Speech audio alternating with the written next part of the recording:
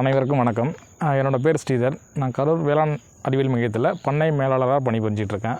இப்போ நம்ம வேளாண் அறிவியல் மைய பண்ணையில் பார்த்திங்கன்னா பாரம்பரிய நெல் சாகுபடி பண்ணிகிட்ருக்கோம். ஸோ என்னென்ன பாரம்பரிய நெல் அப்படின்னா மாப்பிள்ளை சம்பா, கருப்பு கவுனி, அதுக்கப்புறம் பார்த்திங்கன்னா கோ 57 அப்படின்ற இம்ப்ரூவ்டு கருப்பு கவுனி 3 ரகம் வந்து சாகுபடி பண்ணிகிட்ருக்கோம். இது பார்த்திங்கன்னா முழுக்க இயற்கை விவசாயத்தில் வந்துட்டு சாகுபடி பண்ணிகிட்ருக்கோம். ஸோ இப்போ இது எப்படி சாகுபடி பண்ணணும் அப்படின்றதுனா ஆரம்பத்தில் பார்த்திங்கன்னா தக்கப்பூண்டு, அதாவது டேஞ்சான்னு சொல்லக்கூடிய தக்கப்பூண்டு வந்துட்டு விதைச்சிருந்தோம். ஸோ விதைச்சதுக்கப்புறம் பார்த்திங்கன்னா பூக்கும் பருவத்தில் வந்துட்டு அதை ஃபுல்லாக மழைக்கு உழுதுட்டு அதுக்கப்புறம் பார்த்து நல்லா உழவு ஓடிட்டு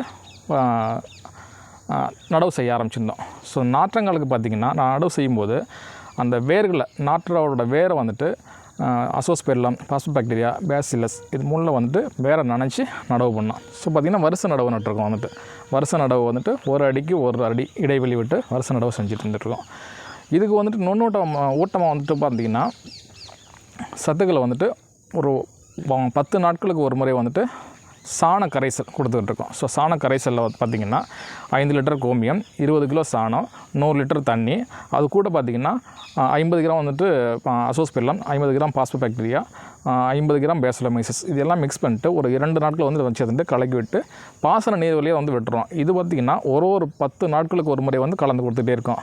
ஸோ இது எல்லாமே பார்த்திங்கன்னா பூச்சிகள் தாக்குதல் குறைக்கிறதுக்காக வேப்பங்கொட்டை கரைசல் வந்து கொடுத்துருக்கோம். வேப்பங்கொட்டை கரைசல் மட்டும் இல்லாமல் பூச்சி வெரைட்டி, அதாவது இலை தலைகள், வேப்ப எண்ணெய், நொச்சி, எருக்கு, ஆடாதொடா, எண்ணெய் எடுக்காத வேப்பம் புண்ணாக்கு, ஸோ இதெல்லாம் கலந்து மாட்டு கோமியத்தில் 2 லிட்டர் கலந்து வச்சுட்டு எல்லாம் கலந்துட்டு பார்த்திங்கன்னா பூச்சிங்களோட தாக்குதலை குறைக்கிறதுக்காக ஸ்ப்ரே பண்ணிகிட்ருக்கோம். இப்போ பார்த்திங்கன்னா பயிர் வந்துட்டு நல்லா அந்த தொண்டை கதிர் பருவத்தில் இருந்துகிட்ருக்கு. எந்தவித இதை தவிர அடிஷனலாக வந்துட்டு எந்தவித உரங்களோ மற்ற பூச்சிக்கொல்லி மருந்துகளோ பயன்படுத்தவே கிடையாது. ஸோ முழுக்க பார்த்திங்கன்னா நம்மளோட பண்ணையிலேருந்து என்ன எடுக்கிறோமோ அதுலேருந்து எடுத்துகிட்ருக்கோம். அது மட்டும் இல்லாமல் பார்த்திங்கன்னா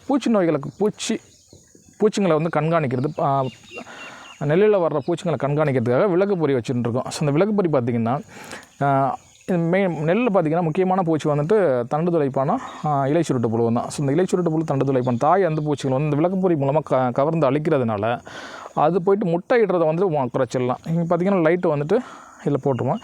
கீழே ஒரு காரச்சட்டில் வந்து தண்ணி வச்சுடுவோம். ஸோ தண்ணி வச்சுட்டா இதில் இந்த லைட்டுக்கு வந்துட்டு பறந்து வர பூச்சிகளை வந்துட்டு உள்ளே விழுந்துடும். ஸோ உள்ளே விழுந்ததுக்கப்புறம் இறந்து போகாது, உள்ளே மிதந்துகிட்டு இருக்கும். ஸோ அடுத்த நாள் காலையில் தண்ணியை வந்துட்டு வடிச்சுக்கிட்டு அந்த பூச்சிகளை வந்து டிஸ்போஸ் பண்ணிடணும். ஸோ இது பார்த்திங்கன்னா ஆன் பண்ணது, அந்த ஸ்விட்ச் ஆன் பண்ணதுலேருந்து 3 மணி நேரம் வந்து எரிஞ்சிக்கிட்டு இருக்கும். ஸோ 3 மணி நேரத்துக்கு அப்புறம் ஆட்டோமேட்டிக்காக வந்து ஆஃப் ஆகிடும். ஸோ இது மூலமாக பார்த்திங்கன்னா நம்ம பூச்சி நோய்களை மானிட்டர் பண்ணுறது இல்லாமல் பூச்சிகளை வந்துட்டு தாய் புழுக்களோட அந்த பூச்சிகளை வந்து கவர்ந்து அளிக்கிறது மூலமாக பயிரை தாக்குற பூச்சிகளில் இருந்துட்டு பயிர்களை வந்து காப்பாற்ற முடியும். ஸோ இது மாதிரி விவசாயிகள் பயன்படுத்தும் போது பூச்சிக்கொல்லி மருந்துகள் பயன்படுத்தினாலும் சரி, இயற்கை விவசாயம் பயன்படுத்தினாலும் சரி, பூச்சிங்களுக்காக செலவை வந்து மிக குறைச்சிடலாம். இது வந்துட்டு இந்த லைட்டு தான் வாங்கணும்னு அவசியம் இல்லை.